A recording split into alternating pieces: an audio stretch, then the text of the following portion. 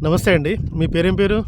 నా పేరు వంగ Mahender sir. Okay. అది విలేజ్ వచ్చి పోతారం, ఓకే. దర్గాపురం మండలం, హ్మ్. జనగాం డిస్టిక్.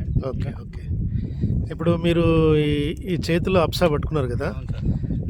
దీన్ని ఎన్ని సంవత్సరాల నుంచి వాడుతున్నారు? మేము గత అప్సా 3 సంవత్సరాలుగా వాడుతున్నాం సార్. 3 సంవత్సరాలు. ఏ పంటలో వాడారు? వరికి, పత్తికి హుహు. రెండింటికి వాడినాం. ఇప్పుడు వరిలో మీకు కలిగిన లాభాలేంటి దీనివల్ల? వరిలో మాకు దిగుబడి ఎక్కువ వచ్చింది దీనివల్ల. ఓకే. తాలు శాతం అనేది లేదు. ఆ! ప్లస్ వరి అనేది కొంచెం మంచిగా రావడం జరిగింది ఓకే. అప్సా వాడడం వల్ల.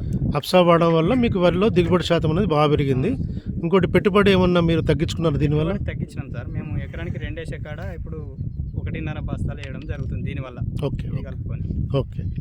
అదొకటి. ఇంకోటి పత్తి అన్నారు కదా మీరు. పత్తిలో ఏం లాభం చేకూరింది? పత్తిలో మాకు కొంచెం కాయ సైజు పెరగడము, హ్మ్. పత్తి కొంచెం తెల్లగా రావడం, మళ్ళీ ఇంకోటి ఈజీగా రావడం, తీయడానికి ఈజీగా రావడానికి, ఓకే. ఇంకోటి దిగుబడి కూడా కొంచెం ఎక్కువనే వచ్చింది సార్. ఓకే. ఓకే. పత్తిలో వాడినా కూడా మీకు దిగుబడి శాతం మంచిగా వచ్చింది. ఓకేనా? ఇప్పుడు ఇక్కడ రైతు మిత్రులు ఉన్నారు కదా అందరూ, వీళ్ళకు మీరు ఏం చెప్తారు?